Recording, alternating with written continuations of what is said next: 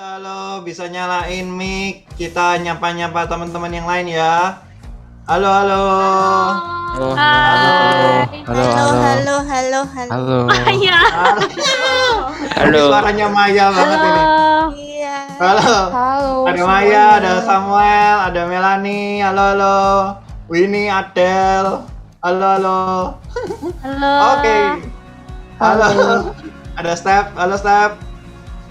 Oke. Oke, buat teman-teman yang mungkin baru bergabung hari ini bisa langsung kontak Kesha ya buat isi form pendataan bukan pendaftaran ya. Terus buat teman-teman yang kepingin pakai virtual background kayak saya yang pakai ini, bisa ngambil di grup The Movers ya, The Movers Family. Nanti bisa minta ke leader-leadernya untuk dikirimkan, tolong dikirimkan sekarang aja deh biar anak-anak bisa pakai. Yang kepingin pakai bisa pakai. Nah, hari ini kita mau ibadah dengan semangat, teman-teman. Jadi buat teman-teman yang memungkinkan bisa on cam terus ya. Jadi kita biar bisa saling melihat satu sama lain gitu ya. Kayak sekarang saya ngeliatin Melanie nih. Halo. Oke. Ya. Ya, oke. Jadi kita langsung aja mulai ibadahnya. Saya serahkan kepada Lydia dan David. Silakan. Halo semuanya, welcome to The Mover semuanya. Ya, hari ini kita sama-sama mau masuk dalam hadirat Tuhan. Hari ini kita sama-sama mau menyembah Tuhan lebih lagi. Yuk kita sama-sama siapkan hati kita, siapkan jiwa kita, semuanya yang bisa kita berikan buat Tuhan kita. Amin. Mari kita tundukkan kepala sebelum kita mulai ibadah kita pada hari ini. Tuhan, terima kasih Tuhan, terima kasih. Tuhan, kami tahu Tuhan, Kau adalah Tuhan yang luar biasa dan kami mau menyembah Tuhan kami yang luar biasa Tuhan. Kami mau naikkan syukur kami mau perkatakan bahwa hidup kami ini milik-Mu. Kami mau sama-sama Tuhan menyembah-Mu, meninggikan Engkau, memuliakan nama-Mu Tuhan, karena kami tahu Tuhan, hidup kami ini milik-Mu Tuhan. Dan semua hidup kami ada di dalam tangan-Mu Tuhan. Terima kasih Yesus, terima kasih. Biarlah hadirat-Mu ada dimanapun kami berada Tuhan. Kami percaya Tuhan hadirat-Mu tidak terbatas. Terima kasih Yesus, terima kasih. Hanya di dalam nama Tuhan Yesus, haleluya, amin. Mari sama-sama kita katakan, empty me Lord, dan Tuhan penuhi kami semua Tuhan. Buang semua yang gak sesuai dengan apa yang Tuhan mau. Berikan kami hati yang baru untuk menyembah Engkau. Berikan kami hati yang baru untuk meninggikan namanya, amin.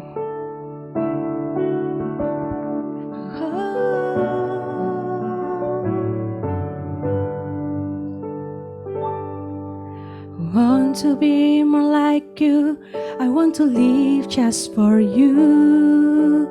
How can I get to this place when I'm broken and shattered? My life is filled with worries, unforgiveness lies within. I'm ready to come out of this. How can I get there? Say empty me, Lord. Take out everything not like you. Everything in my life not pleasing you. Please take it away so I can be all yours. All yours, empty me.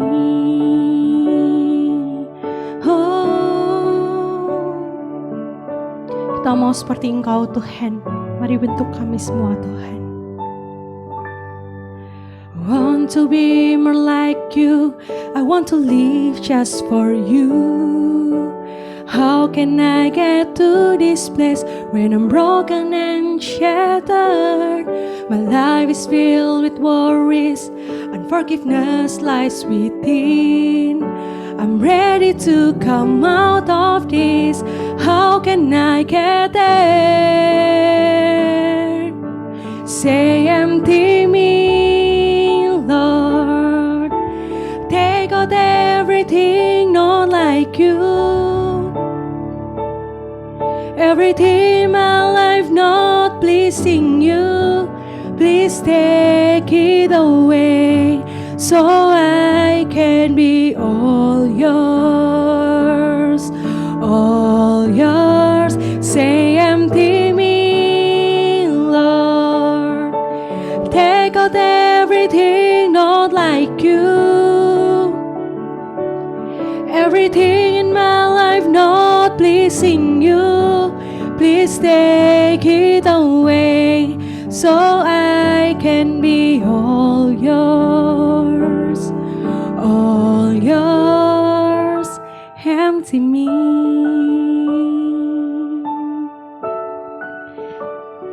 Kita katakan dari awal lagi, I want to be more like you, Jesus. Want to be more like you, live just for you. How can I get to this place when I'm broken and shattered? My life is filled with worries, unforgiveness lies within. I'm ready to come out of this. How can I get there? Say empty me, Lord. Take out everything not like you. Everything in my life not pleasing you, please take it away, so I can be all yours, all yours. Say empty me, Lord. Take out everything not like you. Everything in my life not pleasing you, please take it away, so I can be all yours, empty me. Teman-teman, yang tahu hidup kita itu cuma Tuhan. Masa depan kita, apa yang ada di depan kita, semuanya yang tahu tuh hanya Tuhan. Dan kita harus banget buat percaya sama Tuhan, kita harus banget buat taruh harapan kita sama Tuhan, harus banget kita ini meletakkan semua apa yang kita miliki dalam Tuhan, karena itu adalah keputusan yang paling tepat dalam hidup kita. Amin. Bapa, Engkau mengenalku lebih dari siapapun. Engkau tahu ceritaku dan isi hatiku. Tak peduli masa lalu, Engkau tetap memilihku. Ubahkanku, sempurnakan, jadi karya yang indah.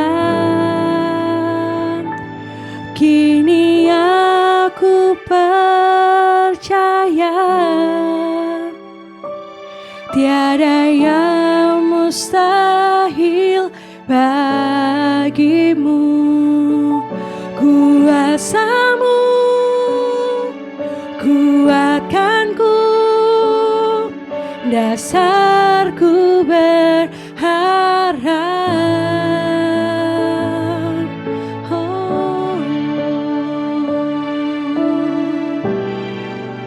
Tuhan adalah kekuatan kita. Sama-sama kita sandar sama Tuhan kita.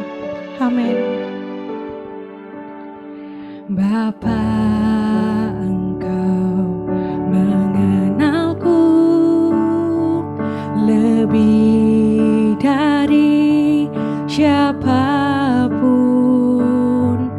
Engkau tahu ceritaku dan isi hatiku. Dia gak peduli masa lalu kita, tak peduli masa lalu, Engkau tetap memilihku.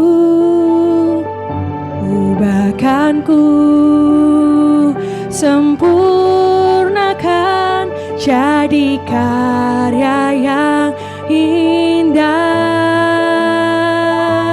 Kini aku percaya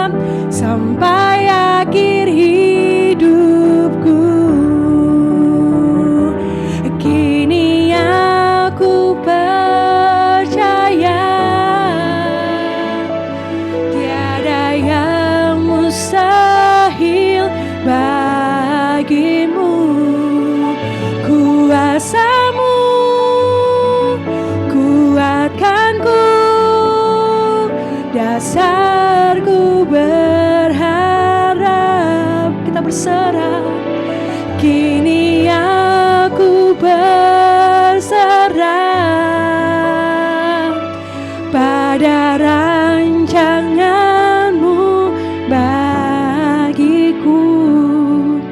Ku ikuti panggilan-Mu, ku kan setia sampai akhir hidupku. Ku kan setia sampai akhir hidupku. Ku kan setia sampai akhir hidupku. Oh, ku mau setia, Yesus. Haleluya. Kami tahu Tuhan, kami dalam-Mu. Oh, yes we worship You. Yes we worship You. Oh, haleluya. Kami percaya Tuhan, masa depan kami di dalam-Mu Tuhan ada kemenangan. Kami percaya Yesus. Oh, oh, oh, oh.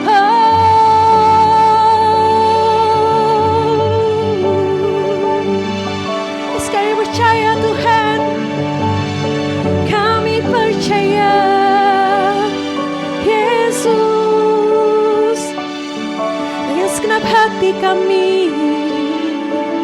Oh, ayo teman-teman, kita sama-sama percaya sama Tuhan kita. Ayo kita sama-sama tinggikan namanya. Mari sama-sama punya iman kita, tumbuhkan iman kita dalam Tuhan kita.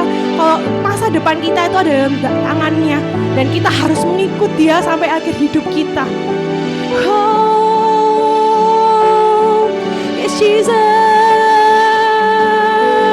Oh, terima kasih Tuhan. Terima kasih Tuhan. Terima kasih Tuhan.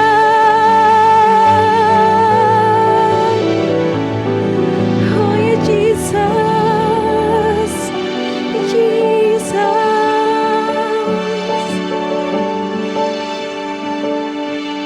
Mari sama-sama teman-teman kita katakan, kini aku percaya tiada yang mustahil bagimu. Kuasa-Mu kuatkanku, dasarku berharap. Kini aku berserah pada rancangan-Mu bagiku. Ku ikuti panggilan-Mu, ku kan setia sampai akhir hidupku.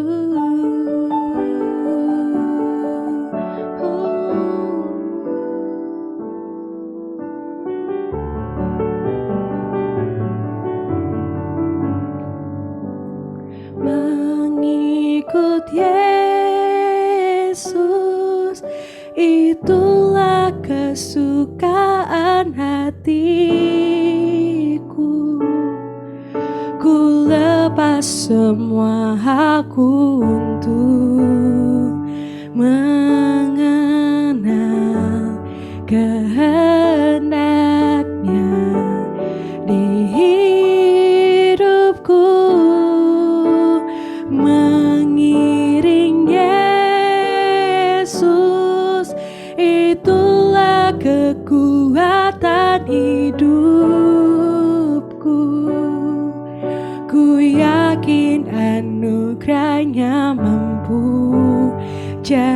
jadikanku hamba yang berkenan selalu mengikut Yesus, itulah kesukaan hatiku. Ku lepas semua hakku untuk mengenal kehendaknya di hidupku, mengiring Yesus, itulah kekuatan hidupku. Ku yakin anugerahnya mampu jadikanku hamba yang berkenan selalu.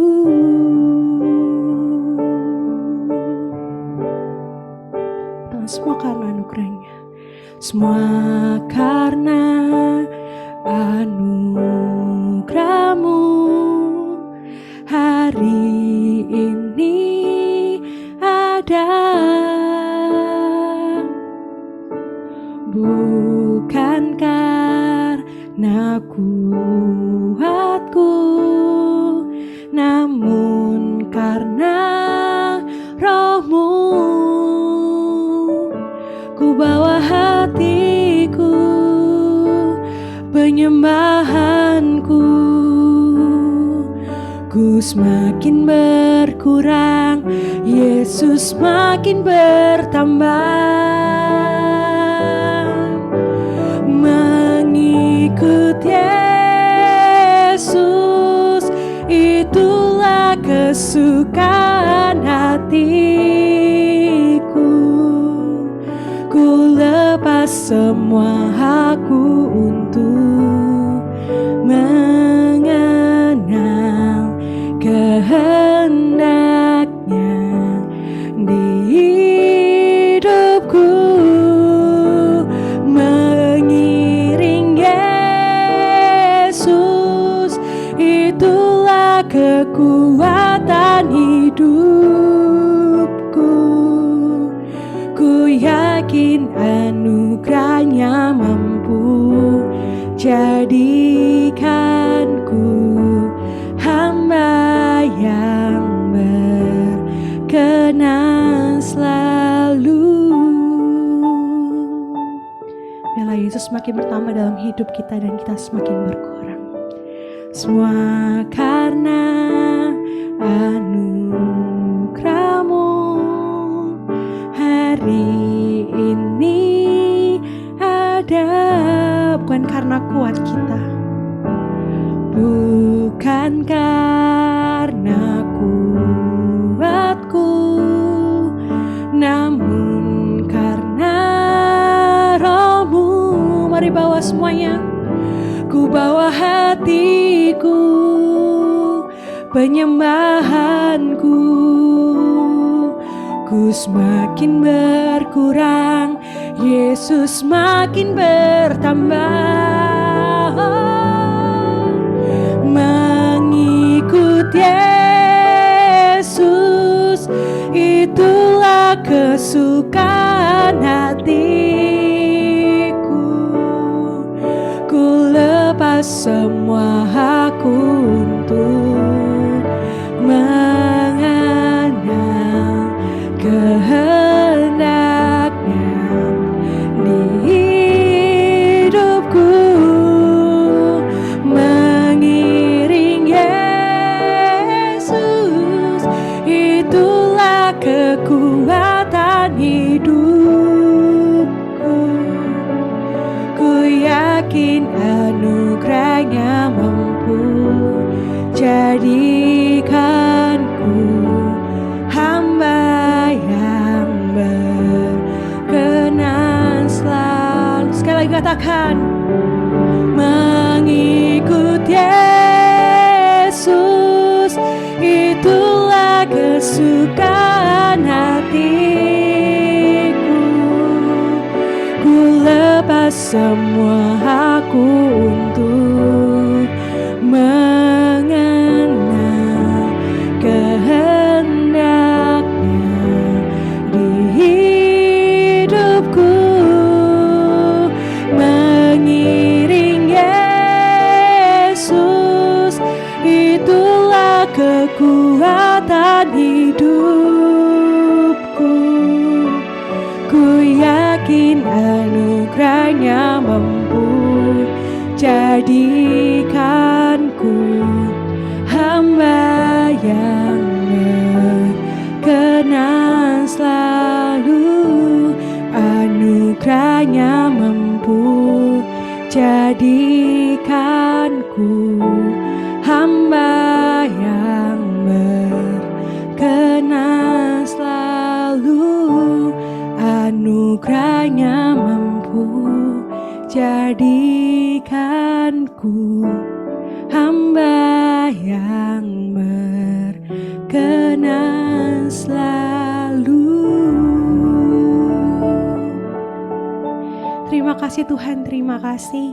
Kami bersyukur Tuhan punya Tuhan yang luar biasa. Kami bersyukur Tuhan punya Tuhan yang sangat mengasihi kami dan tahu masa depan kami yang begitu indah Tuhan. Dan Tuhan, ajar kami Tuhan semuanya Tuhan, untuk kami dulu diam di bawah kaki-Mu mendengar firman-Mu. Dan kami mau Tuhan Engkau ubahkan kami mau Engkau bentuk kami Tuhan, kami mau menjadi bejana-Mu Tuhan, kami mau menjadi alat-Mu Tuhan untuk kemuliaan nama-Mu Tuhan. Mari Tuhan berbicaralah buat setiap kami Tuhan, dan biarlah apa yang kami akan dengar ini Tuhan boleh berbuah dalam hidup kami Tuhan. Terima kasih Engkau berkati juga yang akan menyampaikan firman-Mu Tuhan. Engkau urapi, Engkau pakai lidah bibirnya Tuhan untuk menyampaikan isi hati-Mu Tuhan. Terima kasih Tuhan, terima kasih. Hanya di dalam nama Tuhan Yesus semua yang percaya katakan amin.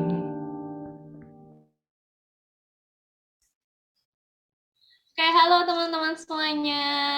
Selamat malam dan selamat bulan Agustus. Boleh dong nyalain mic-nya, bilang selamat bulan Agustus. Happy August. Selamat bulan Agustus. Selamat bulan Agustus. Selamat bulan Agustus. Selamat bulan Agustus. Selamat bulan Agustus. Saya ngajak teman-teman semua untuk ngucapin selamat bulan Agustus karena nggak kerasa kita sudah masuk ke bulan Agustus dan tinggal 5 bulan lagi sebelum tahun 2021 berakhir. Jadi kerasa cepat banget kan tahun ini ya, kayak serut gitu dan nggak kerasa apa-apa gitu. Kebanyakan kita habiskan di rumah gitu teman-teman semuanya. Nah, bulan Agustus adalah bulan yang sangat spesial. Bukan hari ulang tahun saya, tapi bulan Agustus itu adalah seperti teman-teman tahu ya, adalah bulan kemerdekaan bangsa Indonesia. Pertanyaan saya, teman-teman udah pada pasang bendera belum di rumah masing-masing? Yang udah tolong kasih reaction, yang belum. udah pada pasang bendera? Belum? Kalau belum, tolong cepet dipasang. Harusnya dipasang tuh mulai dari tanggal 1, teman-teman. Jadi dipasang selama sebulan penuh. Kenapa kok perlu pasang? Supaya kita menunjukkan bahwa kita ini orang-orang yang mencintai bangsa dan negara kita, cie, gitu ya. Nah, teman-teman semua, waktu kita mau masuk ke bulan Agustus ini, Tuhan mengingatkan kepada saya sebuah lagu yang biasanya selalu kita nyanyikan di gereja pas bulan kemerdekaan. Teman-teman tahu nggak lagunya lagu apa? Lagu ini, teman-teman semua. Lagu Tuhan Pulihkan, Bapa Pulihkan. Saya yakin teman-teman pada hafal lah lagu ini gitu ya. Kata-katanya Tuhan pulihkan, Bapa pulihkan, kembalikan bangsa ini kepadamu. Ini 100% pasti deh nanti pas minggu-minggu kemerdekaan pasti bakal dinyanyiin di gereja. Entah itu di umum, entah itu di The Movers, entah itu di KD Kids, pasti di gereja manapun nyanyi lagu satu ini gitu ya. Tuhan pulihkan, Bapa pulihkan, kembalikan bangsa kami kepadamu. Bapa pulihkan, ampunilah bangsa kami, dan pulihkan kembali negeri kami. Nah, waktu saya diingatkan Tuhan sama lagu ini, Tuhan bilang gini sama saya, Tuhan bilang bahwa Tuhan tuh suka lagu ini, Tuhan seneng lagu ini dinyanyikan di gereja kalau pas lagi masa-masa 17 Agustusan gitu kan. Terus saya tanya, kenapa Tuhan, kok Tuhan suka sama lagu ini, padahal ini lagu yang sederhana sebetulnya gitu kan. Tapi teman-teman semua, dalam lagu ini tuh ada sebuah kata-kata yang jarang banget ada di lagu-lagu gereja. jarang banget ada di lagu gereja. Teman-teman tahu nggak kata-kata yang mana yang jarang ada di lagu-lagu gereja biasanya? Yang ampunilah bangsa kami. Sadar nggak sih teman-teman semua bahwa lagu gereja tuh jarang ada yang bicara tentang minta ampun? Sadar nggak? Biasanya lagu-lagu gereja ya kebanyakan minta pemulihan dari Tuhan, yaitu udah banyak lagu seperti itu. Lagu yang doain bangsa itu juga cukup banyak gitu kan. Tapi lagu minta ampun itu jarang banget. Bahkan kalau saya ingat-ingat kayaknya cuma lagu ini. Padahal tahu nggak sih teman-teman bahwa kata minta ampun itu adalah sebuah kata yang sangat powerful. Kata-kata yang bisa membawa kita kepada pemulihan. Tentunya kita berdoa agar bangsa Indonesia, bangsa kita ini mengalami pemulihan yang luar biasa daripada Tuhan. Tapi caranya gimana? Salah satu caranya ya ini teman-teman. Kita harus banyak doa minta ampun sama Tuhan. Oleh karena itu judul firman ini hari ini adalah Ampuni Aku Tuhan. Kita mau belajar gimana caranya kita ini minta ampun sama Tuhan. Permintaan ampun kayak apa yang berkenan di hadapan Tuhan. Permintaan ampun seperti apa yang akan membawa keluarga kita, diri kita sendiri, dan bangsa kita untuk dipulihkan oleh Tuhan. Siapa yang mau bangsa kita dipulihkan oleh Tuhan berkata amin? Saya yakin kita semua berkata amin. Ayo kita semua baca ayat Alkitab bersama-sama dalam 1 Tawarikh pasal 21. Kita akan baca ayat ini sebetulnya kita akan baca pasal ini gitu ya. Ini pasal yang akan kita bahas dari awal atas sampai bawah. Tapi secara khusus kita baca ayat 1 sampai 8 dulu. Saya bacakan buat teman-teman semuanya. Iblis bangkit melawan orang Israel dan ia membujuk Daud untuk menghitung orang Israel. Lalu berkatalah Daud kepada Yoab dan kepada para pemuka rakyat, "Pergilah, hitunglah orang Israel dari Beersheba sampai Dan, dan bawalah hasilnya kepadaku supaya aku tahu jumlah mereka." Lalu berkatalah Yoab, "Kiranya Tuhan menambahi rakyatnya 100 kali lipat daripada yang ada sekarang. Ya Tuanku Raja, bukankah mereka sekalian hamba-hamba Tuanku? Mengapa Tuanku menuntut hal ini? Mengapa orang Israel harus menanggung kesalahan oleh karena hal itu?" Namun titah raja itu terpaksa diikuti oleh Yoab. Maka pergilah Yoab menjelajahi seluruh Israel kemudian kembali ke Yerusalem. Lalu Yoab memberitahukan kepada Daud hasil pendaftaran rakyat. Di antara seluruh orang Israel ada 1.100.000 orang yang dapat memegang pedang, dan orang Yehuda ada 470.000 orang yang dapat memegang pedang. Orang Lewi dan Benyamin tidak dimasukkannya ke dalam pendaftaran, sebab titah raja itu dianggap keji oleh Yoab. Tetapi hal itu jahat di mata Allah, sebab itu dihajarnya orang Israel. Lalu berkatalah Daud kepada Allah, "Aku telah sangat berdosa karena melakukan hal ini. Maka sekarang jauhkanlah kiranya kesalahan hambamu, sebab perbuatanku itu sangat bodoh." Amin. Sekali lagi hari ini kita bahas cerita tentang Daud, teman-teman semua. Dan semakin kita baca Alkitab, kita semakin menyadari bahwa Alkitab tuh sangat jujur, bener nggak sih? Raw, jujur, honest banget.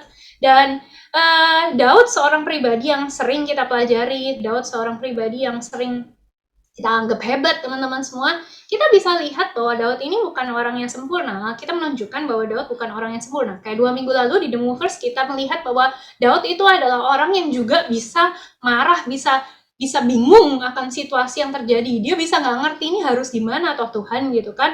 Tapi yang hebat, Daud itu nggak tanya sama Tuhan why. Dia cuman tanya sama Tuhan apa yang harus dilakukan, dan dia lakukan apa yang berkenan di hadapan Tuhan.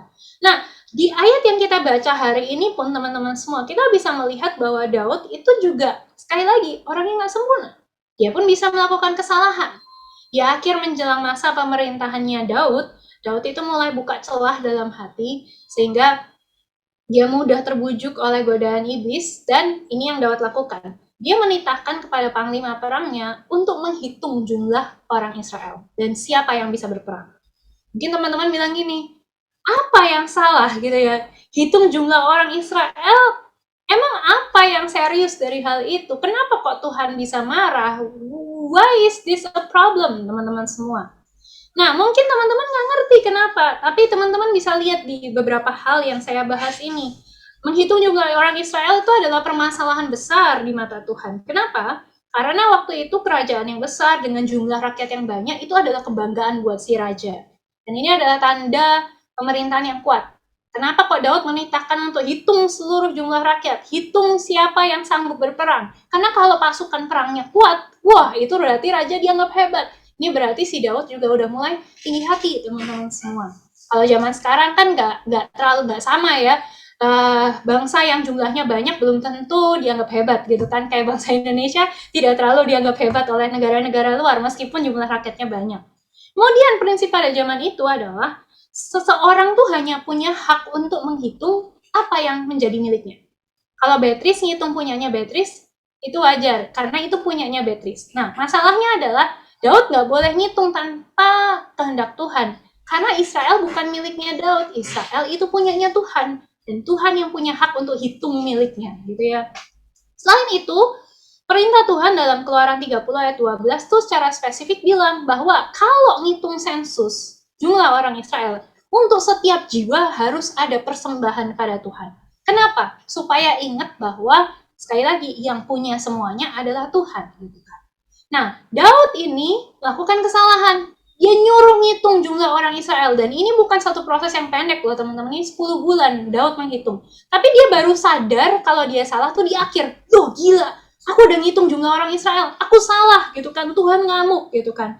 Dan pada saat Daud baru sadar itu, ini yang hebat dari Daud, teman-teman semua. Dia langsung minta ampun sama Tuhan. Coba kita lihat ayat yang ke-8 lagi, tapi dalam bahasa Indonesia sehari-hari. Di ayat 8, lalu berdoalah Daud kepada Allah. Katanya, ya Allah, aku sangat berdosa. Ampunilah aku, sebab tindakanku itu sangat bodoh. Ampuni aku Tuhan, aku bodoh. Gak banyak orang yang bisa ngomong kayak gini. Gak banyak orang yang bisa ngaku bahwa dia itu bodoh. Bener gak sih teman-teman semua? Tapi itulah Daud. Nah teman-teman, dalam perjalanan kita bersama dengan Tuhan, kita harus tahu bahwa satu titik dalam hidup kita Tuhan tuh bisa marah. Nah, kalau Tuhan sudah marah gimana dong Ya udah minta ampun. Apalagi yang harus dilakukan. Dan setiap hari pun kita harus selalu minta ampun, bener gak? Teman-teman saya mengingatkan untuk selalu minta ampun sama Tuhan tiap hari gitu. Tapi minta ampunnya pun gak asal-asalan teman-teman semua. Gimana caranya kita minta ampun sama Tuhan? Nah ini yang akan kita pelajari bersama-sama. Prinsip minta ampun sama Tuhan. Yang pertama, kalau kita minta ampun sama Tuhan dan kita mau permintaan ampun kita itu diterima sama Tuhan. Yang pertama, lakukan tanpa beralasan. Ini prinsip yang pertama kalau kita minta ampun sama Tuhan. Lakukan tanpa kasih excuse, kasih alasan sama sekali. Perhatikan kata-kata Daud, lalu berdoalah Daud kepada Allah, katanya, ya Allah, aku sangat berdosa. Ampuni aku Tuhan, aku bodoh. Gak ada Daud bilang, ampuni aku Tuhan, ya tapi kan gak apa-apa toh, aku lah wes lama jadi pemimpin, aku udah lama jadi raja, gak masalah toh Tuhan. Aduh Tuhan, aku minta ampun. Kalau aku salah, gitu kan. Kalau aku salah, dia bilangnya gitu. Enggak, dia bilang, ampuni aku Tuhan. Aku bodoh, aku nggak ngerti. No excuses. Kalau dalam bahasa Inggris istilahnya no ifs and or buts. Nggak ada apapun gitu ya. Aku salah titik, Tuhan ampuni aku. Kelihatannya teman-teman bagian ini sederhana.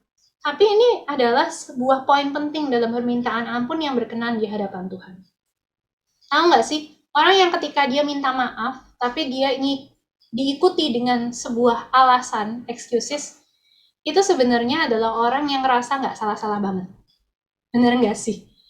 Waktu itu saya lihat tulisan seorang influencer di dalam sosial media. Dia bukan anak Tuhan, tapi saya setuju dengan apa yang dia tulis. Coba kita lihat sama-sama. Saya sensor namanya, saya sensor gambarnya gitu kan. Dia bilang gini, paling sebel kalau ada yang minta maaf pakai kalau atau jika. Atau jika, aku minta maaf ya kalau aku menyakiti kamu. Kalau aku menyakiti kamu. Berarti kan ada kondisi gitu kan. Aku minta maaf ya jika membuatmu terluka. Kalau kita mau benar-benar minta maaf, harusnya ngomong gini, aku minta maaf sudah menyakiti. Aku minta maaf sudah membuat kamu terluka. Atau ada orang yang kayak gini, aku minta maaf, tapi kamu tuh jangan kayak gitu. Itu sama aja, berarti nggak benar-benar minta maaf teman-teman semua. Berarti nggak benar-benar merasa bersalah, bener nggak sih? Nggak benar-benar ngerasa bahwa dia itu bertanggung jawab atas kesalahan itu teman-teman semua. Dan gitu juga kita sama Tuhan. Kita sama Tuhan pada saat kita minta ampun, jangan kasih excuses apapun. Tuhan, aku minta maaf. Aku malas untuk baca Alkitab. Aku minta maaf Tuhan, aku malas baca Alkitab. Tapi ya aku sungguhan capek loh Tuhan. Sungguhan loh Tuhan. Tapi ya aku kan sudah pelayanan toh tadi Tuhan, makanya malam aku capek, aku gak baca Alkitab. Sama aja, berarti gak benar-benar merasa bersalah teman-teman sendiri. Sadari teman-teman, kita banyak salah. Dan kalau kita salah ya Tuhan itu juga berhak untuk marah. Dan kita minta ampun sama Tuhan, gak usah kasih alasan. Aku salah Tuhan, ampuni aku. Bawa aku lebih dekat lagi sama Engkau. Ampuni aku bodoh. Ngomong gitu aja kayak si Daud. It takes a big person to say that he is stupid. Gak semua orang bisa ngomong dia bodoh. Tapi Daud bisa ngomong dia bodoh. Dan itu sesuatu yang luar biasa teman-teman semua. Mungkin teman-teman bilang, Tuhan bisa marah Tace. Ada orang tuh yang dia itu nggak tahu dan dia bilangnya gini, Tuhan itu nggak marah kok. Tuhan tuh nggak pernah marah. Orang yang bilang Tuhan nggak pernah marah, jujur, orang itu nggak kenal Tuhan, teman-teman semua. Di The Movers, teman-teman diajar untuk kenal sama Tuhan, Tuhan yang sebenar-benarnya. Dan Tuhan yang sebenar-benarnya tuh Tuhan yang kayak gimana? Tuhan yang dia juga bisa marah, teman-teman semua.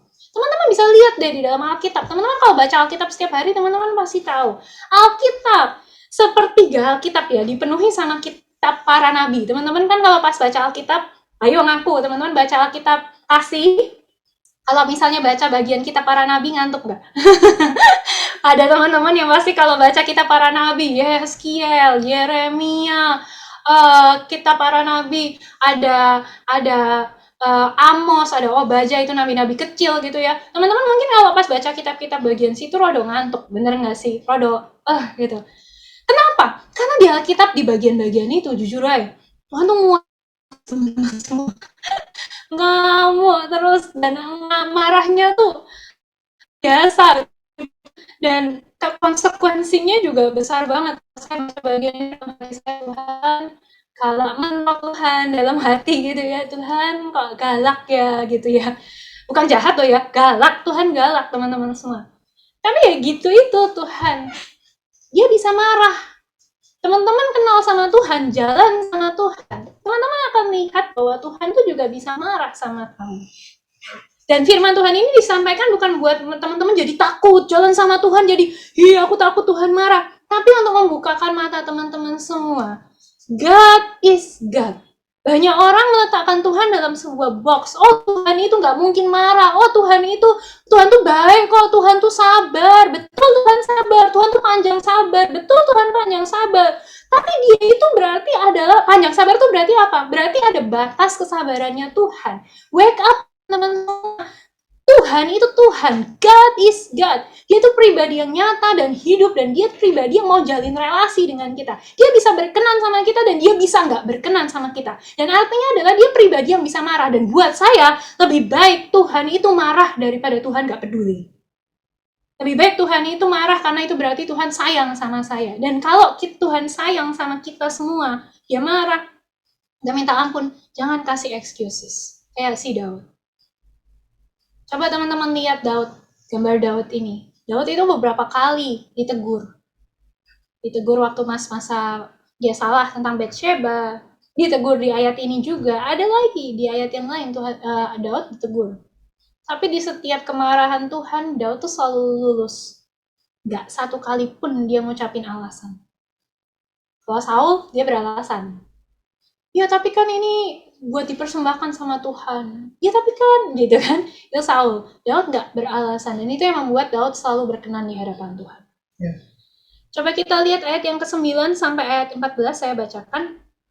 Ini sesudah Daud minta ampun gitu ya. Tetapi berfirmanlah Tuhan kepada Gad, lihat Daud.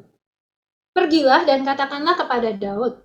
Beginilah firman Tuhan, 3 perkara aku hadapkan kepadamu, pilihlah salah satu daripadanya, maka aku akan melakukannya kepadamu.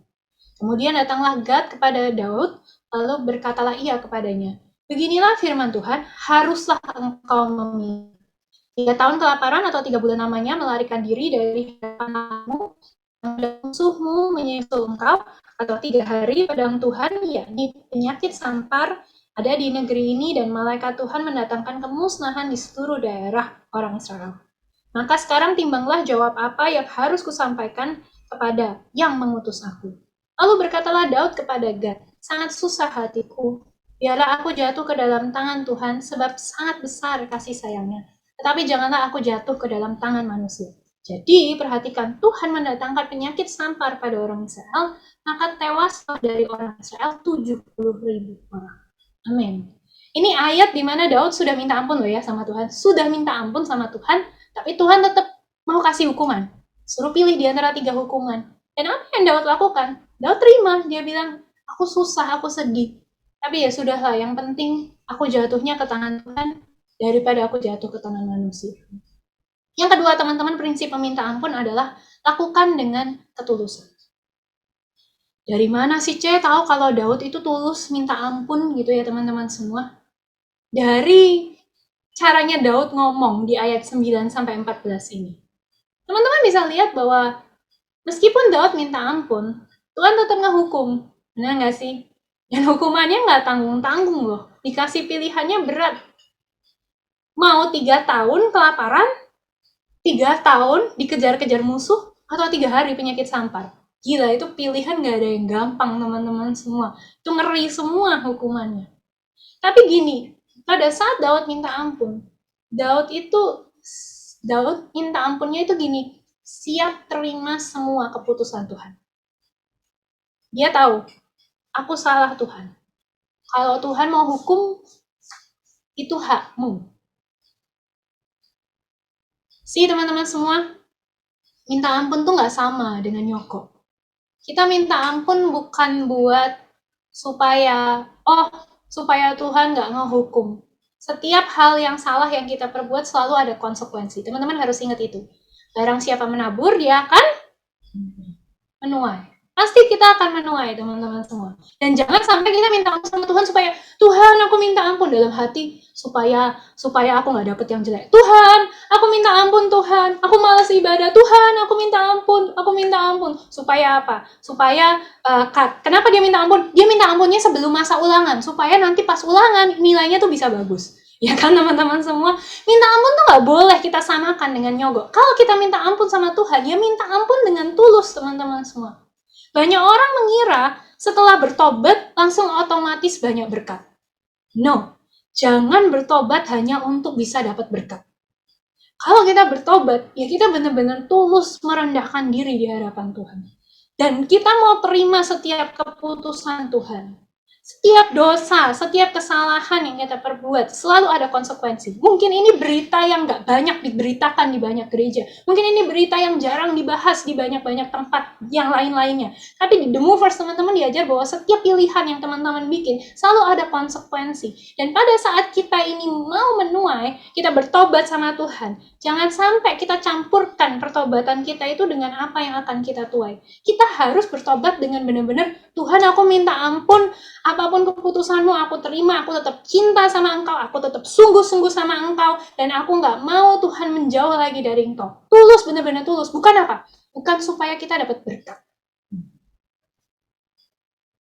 Ada berkat lagi, mepet, tetap minta ampun sama Tuhan. Tuhan mau ringankan hukumannya, Tuhan mau tetap hukuman jalan terus, terserah sama Tuhan. Yang tulus teman-teman semua, bilang kanan kiri yang tulus gitu ya.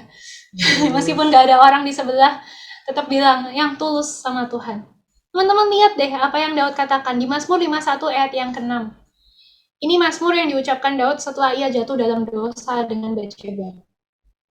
Dalam bahasa Indonesia sehari-hari saya bacakan teman-teman. Terhadap engkau saja aku berdosa. Dan kulakukan apa yang kau anggap jahat.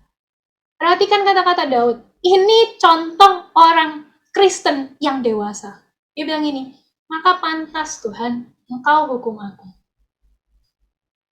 Tuhan tetap adil. Nggak semua orang bisa ngomong kayak gini. Anak-anak The Movers bisakah berkata seperti ini? Pada saat kita salah, kita terima keputusan Tuhan, kita minta ampun dan tulus. nggak minta dihilangin. Meskipun kadang-kadang dalam hati, aduh, aku kepengen dikurangi hukumannya, tapi lupakan. Tulus ya, tulus yang lurus sama Tuhan. Aku benar-benar salah sama Tuhan. Aku benar-benar salah. Yang ketiga, teman-teman semua, prinsip meminta ampun pada Tuhan. Kalau tadi kita bicara tentang kita ini nggak boleh banyak excuse, yang kedua juga harus tulus, yang ketiga kita harus lakukan dengan kesungguhan. Antara orang yang sungguh-sungguh menyesal dan orang yang nggak benar-benar sungguh menyesal, itu pasti kelihatan bedanya. Benar nggak sih teman-teman? Teman-teman pas orang minta maaf kan kelihatan, orang yang sungguh-sungguh sama orang yang sebetulnya dia nggak kerasa salah, itu pasti ketok gitu ya. Meskipun kita nggak bisa lihat isi hati orang, tapi dari tindak tanduknya, dari tingkah lakunya kan akan kelihatan. Apakah sesudah dia minta maaf tuh dia berubah gitu kan? Wah, berarti dia sungguh-sungguh minta maaf. Orang tapi kalau habis minta maaf langsung balik lagi ke yang dulu tuh sama aja, berarti dia nggak sungguh-sungguh minta maaf, bener nggak sih? Makanya kalau kita minta ampun sama Tuhan, kita harus lakukan dengan kesungguhan. Tahu nggak sih teman-teman semua, ini fakta menarik ya. Di dalam dunia pengadilan, yang namanya remorse atau yang namanya penyesalan adalah faktor penting dalam penentuan hukum terdakwa. Misalnya nih, ada orang yang dia mencuri barang di toko berlian, mencuri 1 kalung berlian seharga 50 juta gitu ya. Terus habis itu dia masuk pengadilan dong, diadili dalam hukuman dalam bidang pengadilan pidana gitu kan. Terus di pengadilan dia itu menunjukkan perasaan menyesal yang teramat sangat, sungguh-sungguh menyesal. Dia sedih, dia mau kembaliin, dia nurut, dia lakukan apa saja yang perlu dia lakukan. Itu bisa mengurangi masa hukuman dia sesudahnya, gitu ya. Itu bisa mengurangi masa hukuman dia sesudahnya. Tapi kalau orang itu nggak menunjukkan kesungguhan menyesal sama sekali, hukumannya itu bisa diperberat seberat-beratnya, teman-teman semua. Kemarin pada saat saya mempersiapkan firman ini, saya lihat-lihat di internet ada video-video beberapa kriminal kejahatan yang sangat luar biasa, bunuh banyak orang, bunuh ibu-ibu dan sebagainya. Terus habis itu di pengadilan mereka tuh nggak menunjukkan penyesalan sama sekali. Wah, waktu saya lihatnya saya gemes banget teman-teman semua. Contohnya nih ya, ada anak dia tuh tiba-tiba kepengen aja gitu bunuh 2 ibu, kepengen aja dibunuh gitu. Terus pas di pengadilan pas ditanya, kamu kenapa melakukan hal itu? Keluarganya nangis, keluarga ibu itu nangis gitu ya. Anak itu cuma ketawa doang dong. Dia ketawa terus hahaha gitu ya. Dan saya pas nontonnya saya rasanya darah tuh mendidih teman-teman semuanya. Nah, coba kita lihat video berikut ini. Ada seorang anak yang dia itu melakukan penembakan di sekolah dan menyebabkan banyak korban jiwa tuh jatuh. Anak-anak sekolah, dia bunuh dengan pistolnya di sekolah. Kita lihat apa yang dia lakukan di pengadilan. Tolong ditampilkan videonya. As soon as TJ Lane walked in, he was executing his plan, taking off his button-down shirt to reveal this, a white t-shirt with the word killer scribbled on it, showing it off with a smug smile on his face. He wore one like it the day of the shootings. Parents of the victims called Lane a monster, a pathetic excuse for a human being, and wished him a slow, torturous death. I hate you for the pain you've caused, Nick. You chased him down the hall and fired the last bullet that paralyzed him. Why? Why did you do it? Why? Throughout their statements, Lane just smiled, and at one point even raised his middle finger to victims' families. And his statement to the court, just too vulgar to say. Well, it was a very difficult. Oke, teman-teman semua, videonya pendek. Jadi teman-teman, kenapa kok video ini saya tampilkan? Bukan untuk menyamakan kita dengan pembunuh loh ya. Meskipun Alkitab juga ada berkata sih, orang yang benci saudaranya dia adalah sama dengan seorang pembunuh. Itu adalah sebuah firman yang berarti kita nggak boleh benci orang gitu kan teman-teman. Tapi video ini saya tunjukkan untuk memperlihatkan kepada teman-teman bahwa orang yang sungguh-sungguh menyesal sama orang-orang yang nggak menyesal itu pasti kelihatan bedanya. Nah gitu juga kita dengan Tuhan. Pada saat kita minta ampun, sungguh-sungguh tunjukkan bahwa kamu menyesal dan di dalam hati pun kamu harus benar-benar menyesal. Bukan cuma pura-pura juga, bukan minta ampun ya itu supaya Tuhan gak ngamuk, supaya konsekuensinya gak gede. Gak boleh kayak gitu, sungguh-sungguh. Dan habis itu kita harus benar-benar berubah teman-teman semua. Kita harus benar-benar menunjukkan bahwa kita nih benar-benar berbalik dari apa yang sudah kita lakukan sama Tuhan. Coba kita lihat ayat 18 sampai 18, 19, terus loncat ke ayat 22 sampai 25. Nah, setelah Tuhan marah, teman-teman, setelah Tuhan marah, Daud minta ampun sama Tuhan, Tuhan kasih hukuman, Tuhan bikin orang Israel mati 10.000 orang, Tuhan bikin orang Israel mati puluhan ribu orang. Ayat 18, kemudian malaikat Tuhan menyuruh Gad mengatakan kepada Daud bahwa Daud harus pergi untuk mendirikan mezbah bagi Tuhan di tempat pengirikan Ornan, orang Yebus itu. Hebat ya, di tengah-tengah Tuhan ngamuk, Tuhan tuh suruh nabinya untuk bilang sama Daud, kamu dirikan mezbah bagi Tuhan. Kenapa? Karena ini adalah bocoran dari Tuhan sendiri supaya kemarahan Tuhan tuh surut. Di tengah kemarahannya Tuhan bisa kasih bocoran kepada kita semua. Lalu, apa yang Daud lakukan? Langsung pergi, sesuai dengan perkataan Gad yang diucapkannya demi nama Tuhan. Nah, pas Daud sampai di tempat pengirikan Ornan itu, ayat 22, berkatalah Daud kepada Ornan, berikanlah kepadaku tempat pengirikan ini, supaya aku mendirikan di sini mezbah bagi Tuhan. Baiklah, berikan itu kepadaku dengan harga penuh, supaya tulah ini berhenti menimpa rakyat. Jawab Ornan kepada Daud, ambillah dan baiklah tuanku raja melakukan apa yang dipandangnya baik. Lihatlah aku berikan lembu ini untuk korban bakaran dan erat-eratan pengirik ini untuk kayu bakar dan gandum untuk korban sajian. Semuanya itu kuberikan. Jadi pas Daud mau mendirikan mezbah, Ornan itu mengkasih semuanya gratis. Gratis. Apa yang Daud lakukan? Di ayat 24, tetapi berkatalah Raja Daud kepada Ornan, bukan begitu. Aku mau beli dengan harga penuh. Sebab aku nggak mungkin ambil milikmu untuk Tuhan, dan aku nggak mau mempersembahkan korban bakaran dengan tidak membayar apa-apa.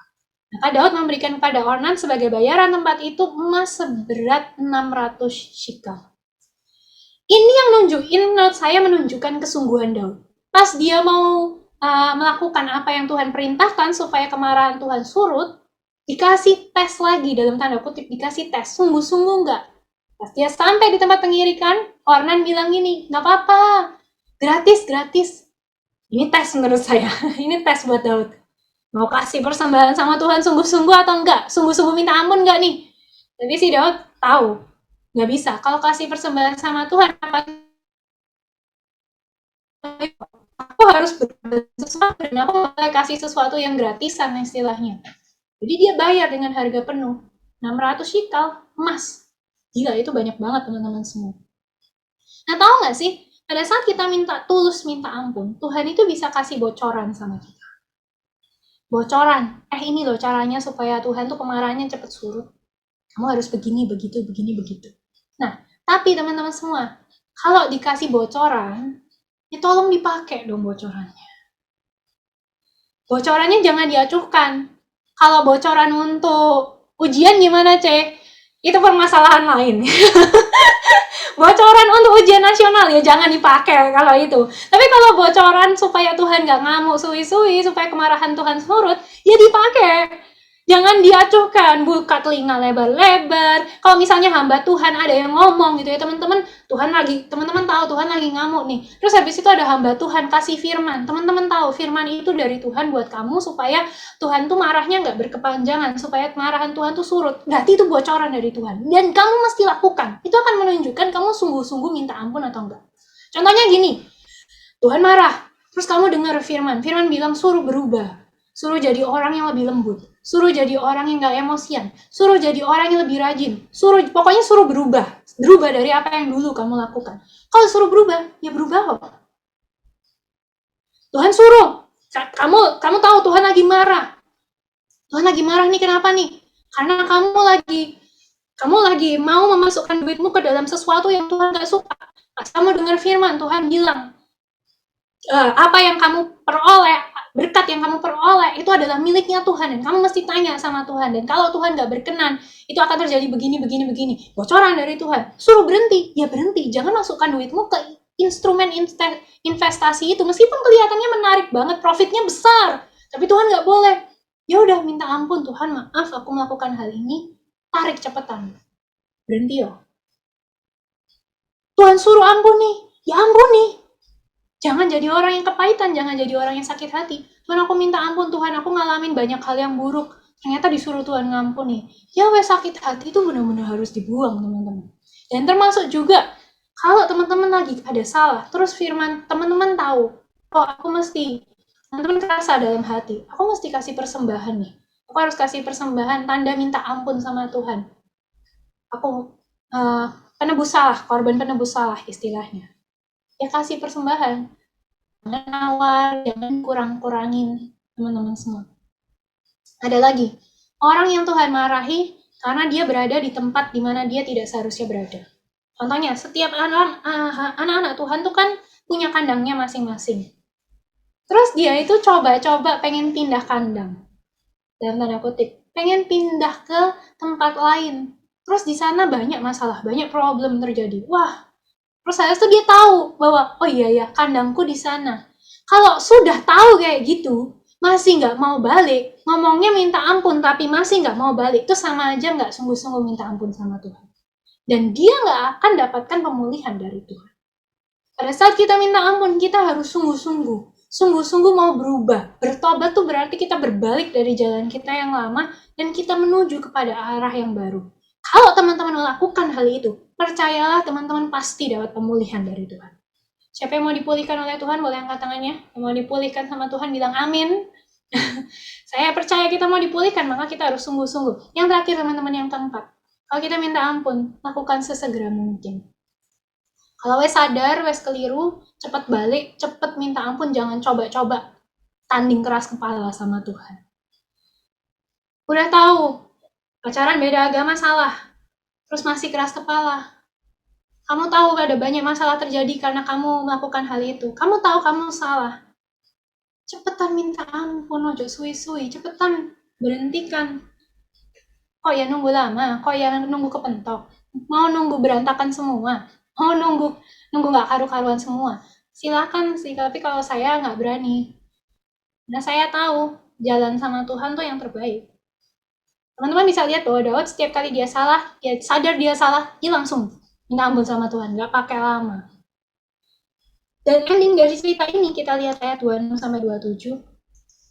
Lalu Daud mendirikan di sana mezbah bagi Tuhan, mempersembahkan korban bakaran dan korban keselamatan dan memanggil Tuhan.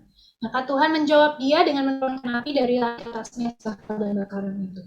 Lalu berfirmanlah Tuhan kepada malaikat itu supaya balikannya pedangnya ke dalam sarungnya. Sama Tuhan disuruh malaikatnya mengembalikan pedang.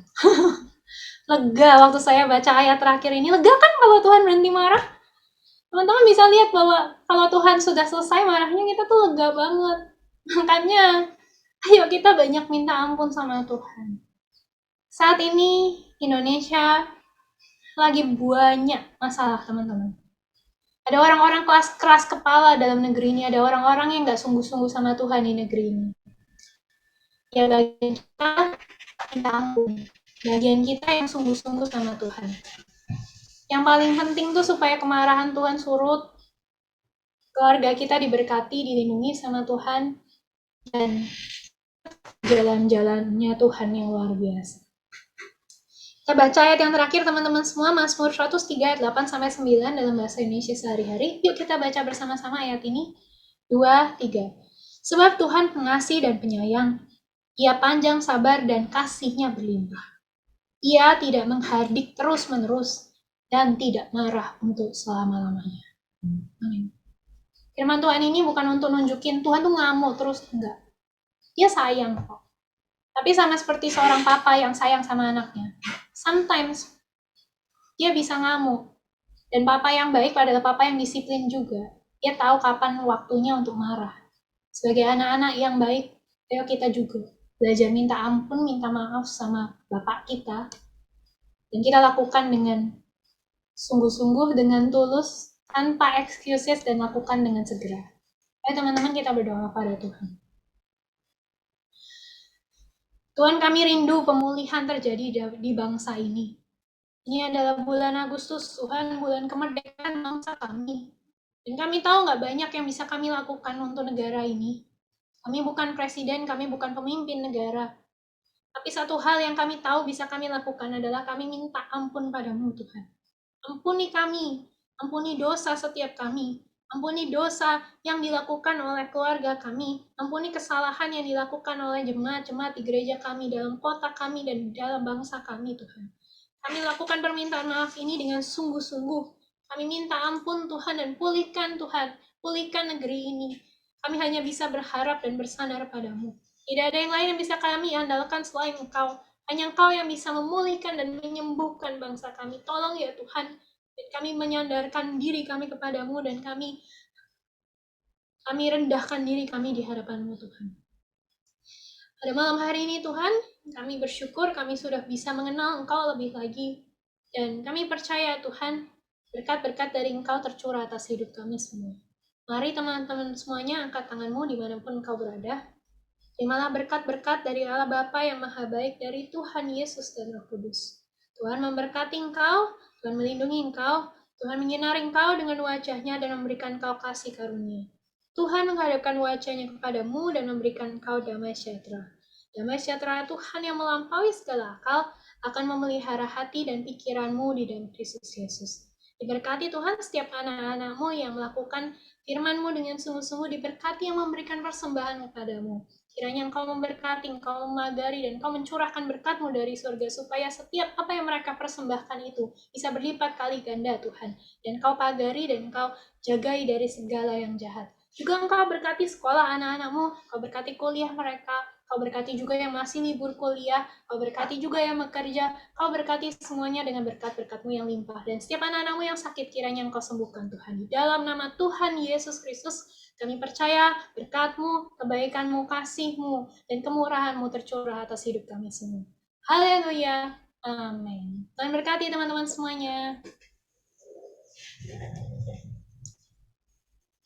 Oke. Oke, thank you buat Cek Beatrice yang ini.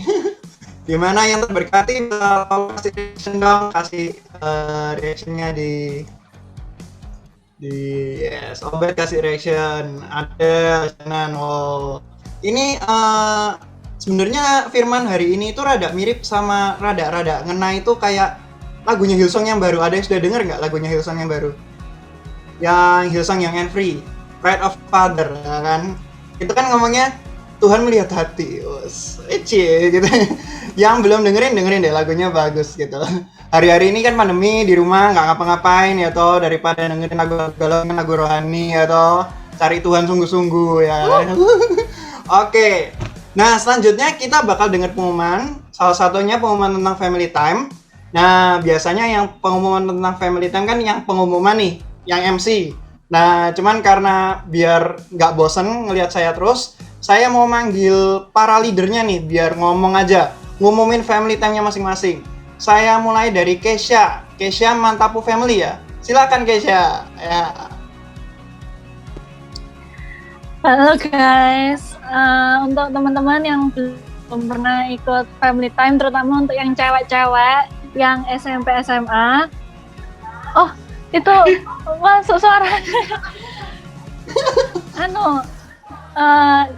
Jangan lupa ikut family time ya. Di Mantapu Family itu anak-anak yang cewek SMP SMA bisa masuk. Ayo kita family time bersama, sharing-sharing seru loh. Ada siapa ini? Winnie, ada Karen, ada Fable. Pokoknya yang cowok-cowok dilarang. Ya. Oke. Terutama Yo. cewek ya. Boleh. Yang betul itu cewek aja. Ini cewek only, bukan terutama. Yakub Yosef itu. Oh iya, benar-benar. Ya. Kasihan Oke. namanya disebut mereka terus. Mereka sekarang sudah kembali ke jalan yang benar kok, setahu. Terima kasih Pak. Puji Tuhan. Loh, kita itu harus positive thinking lah tentang teman-teman kita. Oke. Oke, sekarang kita gantian ya. Dari Shannon deh, One Family. Silakan Shannon. Ya, buat teman-teman yang belum memenuhi syarat ke Mantapu Family ya kan. Di sini ada One Family. Ada banyak ya. Biasanya kita hari Rabu jam 7 malam. Biasanya ada Leo, ada Bella, ada Gabriel, Samuel, Obama, Adele, Melanie, dan yang paling penting itu ada C Maya ya kan. Kalian tidak akan menemukan Maya yang lain. Hanya di One Family ya, kayak gitu. Maskot kita adalah C Maya. Sekian, terima kasih. Oke. Maskotnya C Maya ya. Maya kalau aku ngomongnya. Justru aku itu menghindari One itu karena ada Maya. Tuh, nggak apa-apa. Nggak apa. Enggak. Enggak Maya, cuma bercanda. Oke, sekarang ini family saya ini. GT family, silakan Chenovi. Oke, tadi kalau kalian di Mantapu itu khusus cewek. Kalau di One, kadang kan itu hari biasa nih, ada yang kerja, ada yang lain sebagainya. Tapi kalau di GT Family itu hari Sabtu biasanya nih. Dan buat kalian yang kuliah, yang kerja, kalau bingung mau sharing kemana, kita bisa tukar pikiran di GT Family. Jadi pastiin kalau kalian ikut semua family. Kalau nggak bisa, terakhir ya udah hari Sabtu ada GT Family, jadi kalian nggak ada alasan buat nggak ikut family time. Oke? Oke. Ya, kalau tak rangkum dari Chenovi ini berarti GT Family ini buat yang tua-tua ya maksudnya. Yang kuliah ke atas gitu, yang kerja loh. Enggak. Iya, ada Samuel. Dia juga ikut loh, rajin banget dia. Enggak, bercanda. Nggak. Semuanya bisa ikut ya. Yang nggak bisa di harinya One Family bisa ikut aja di GT Family. Soalnya GT Family itu Sabtu gitu. Kalau One hari apa ya Non ya? Rabu. Oh Rabu, oke. Ya jadi kalau nggak bisa Rabu ya Sabtu. Kalau yang merasa cewek tulen bisa ke Mantapu Family ya kan? Oke. Nah. Terima kasih buat family leaders. Jadi buat yang belum join, ayo join FT karena kita hari-hari ini butuh teman buat diajak ngobrol, ya kan? Meskipun secara online kita perlu ngobrol-ngobrol. Nah, aku juga mau kasih pengumuman nih dalam memperingati Hari Kemerdekaan Indonesia yang keberapa? 76. Ya, makasih. Ya, 76 teman-teman. Kamu pasti nggak tahu ya? Tahu dong, itu ada tulisannya, tak taruh catatan. Oke, The Movers ada challenge buat kalian nih guys. Nah, challenge-nya apa? Upload di Instagram, feed, Reels, atau IGTV. Buat yang nggak tahu, kalau feed kan biasa, foto biasa. Reel itu video pendek sekitar 27 detikan, dan IGTV itu buat yang panjang-panjang bermenit-menit. Nah, kalian bebas mau upload yang mana aja, dengan tema kemerdekaan, sekreatif kalian upload deh. Boleh pakai baju merah putih, terus foto aja gitu kan. Atau foto bareng keluarga, terus mungkin buat kreasi-kreasi bisa upload aja, bikin video nyanyi ya kan, cuman jangan yang fals lah ya, paling nggak dicek dulu suaranya oke. Terus boleh post film Indonesia yang kayak Habibie Ainun gitu ya, apapun yang berbentuk Indonesia boleh. Ya, apapun. Jaya sih. Loh enggak yo, ini pada ketawa itu. Lydia ketawa, Bella ketawa. Aku ketawa kok bro. Aku patah. Oh ketawa, makasih ya. Ya, jadi siapapun punya ide apapun bisa upload aja. Nah nanti tag Instagramnya @themovers_gbtkd. Terus diberi hashtag #themovers cinta Indonesia. Oke, nah terus batas uploadnya dari tanggal 6 sampai 17. Jadi mulai sekarang bisa upload sampai nanti 17. Nah setelah itu sudah nggak kita anggap ya. Nah nanti pengumuman pemenangnya akan diumumkan tanggal 20 Agustus. Kenapa ketawa? Ada yang ketawa? Kenapa ketawa? Ya pokoknya pengumuman pemenangnya 20 Agustus di ibadah The Movers Online gitu ya. Jadi akan ditampilkan di ibadah The Movers Online dan dipilih 3 pemenang. Uangnya total dapatnya hadiahnya itu nanti 76.000 sesuai dengan ulang tahun kemerdekaan Indonesia gitu ya. Jadi lumayan itu 76 itu bisa buat makan steak bisa ya. Bebas pilih makanan apapun. Oh iya. Iya, saya lupa ngomongin kalau 76.000 ini nanti dalam bentuk makanan. Dalam bentuk makanan bisa pilih apa aja nanti kita orderin gitu. Sampai ke rumah gitu ya. Pokoknya nilainya 76. Bisa buat steak, bisa buat macam-macam. Mie Yaven juga bisa. Terus ada karenya Leo, ada nasi Balinya Chenovi gitu ya. Bisa macam-macam ya kan. Nanti tolong bisa kirim ke rekening ini untuk biaya endorse-nya ya. Oke. Oke, buat kalian yang mau dapat info lebih lengkap lagi tentang The Movers bisa langsung follow juga Instagram The Movers @themovers_gbtkd. Oke, segitu aja untuk pengumumannya. Kita mau foto bareng, bisa tampilin semua mukanya. kita foto berapa halaman ya? 2 halaman ya? Oke, foto ya. 1, 2, 3. Tuh, ini belum semuanya pose ini. Ayo, pose lagi. 1, 2, 3. Oke. Sudahkah? Sekali lagi. 1, 2, 3. Oke. Harus tepuk tangan dah. Oke, bisa dibuka mic-nya, silakan dibuka guys. Oke. Yeay. Oke, thank you buat yang udah ikut ibadah The Movers. Nah, jangan lupa untuk persembahannya nanti bisa ditransfer. See you on The Movers online service 2 minggu lagi. Dadah semuanya. Dadah.